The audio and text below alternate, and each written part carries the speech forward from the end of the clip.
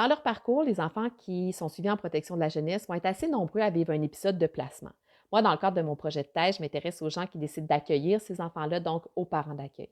Je m'appelle Marie-Pierre Joly, je suis candidate au doctorat en travail social à l'Université de Montréal. Mes directrices de thèse sont Marie-André Poirier et Annie Pullen sans façon.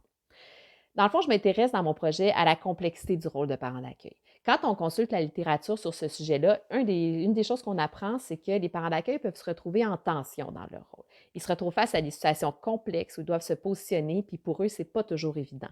Par exemple, ils peuvent se demander jusqu'où je dois persévérer dans le placement quand le placement me met en grande difficulté ou met ma famille en difficulté. Ils peuvent se demander les difficultés que je vis, est-ce que je dois en parler à l'intervenant ou je dois garder ça pour moi?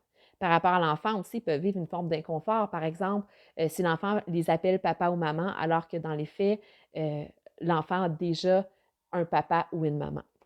Donc ces tensions-là sont présentes, oui, depuis longtemps, mais ce qui est un peu inquiétant, c'est que depuis qu'on considère davantage le rôle de parent d'accueil comme un métier, les tensions sont plus visibles dans la littérature, sont plus présentes. Comme si le fait d'avoir professionnalisé davantage le rôle de parent d'accueil, ça avait contribué à, exacerber les tensions, vécues par les parents d'accueil.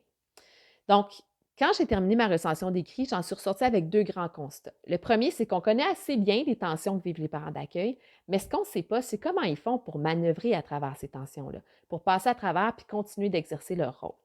L'autre constat, c'est que ces tensions-là ont résolument une dimension qui est éthique. La posture que le parent d'accueil va choisir, ça va avoir un impact important sur l'enfant placé, sur le parent d'accueil lui-même, sur l'entourage, sur la famille du parent d'accueil. Donc, il va avoir beaucoup d'impact dans les personnes de l'entourage, puis dans les personnes impliquées. Donc, mon projet, moi, s'inscrit finalement à la jonction de ces 2 constats-là. Ce que je veux faire dans mon projet, c'est faire une relecture des tensions qui sont associées au rôle puis à l'identité de parent d'accueil avec un cadre d'analyse différent qui est un cadre éthique finalement, au niveau de l'éthique critique. En ce moment, je fais des entrevues individuelles avec des parents d'accueil. Puis ces entrevues-là, puis l'analyse qui va en découler, ça va me permettre de poursuivre 2 objectifs. Ce que je veux faire, dans le fond, c'est justement explorer comment on peut la faire, cette relecture-là des tensions avec des concepts proches de l'éthique, donc d'enjeux, de problèmes, de dilemmes éthiques.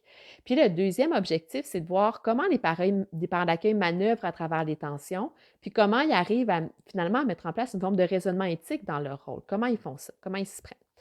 En termes de retombées, ce que je souhaite avec mon projet, c'est vraiment d'arriver avec des propositions qui vont être innovantes, avec des nouvelles idées pour soutenir les parents d'accueil dans les moments qui sont probablement les moments les plus difficiles dans leur rôle, où ils sentent qu'ils doivent choisir entre le bien-être de l'enfant, le bien-être de leur famille et leur propre bien-être à eux. Merci.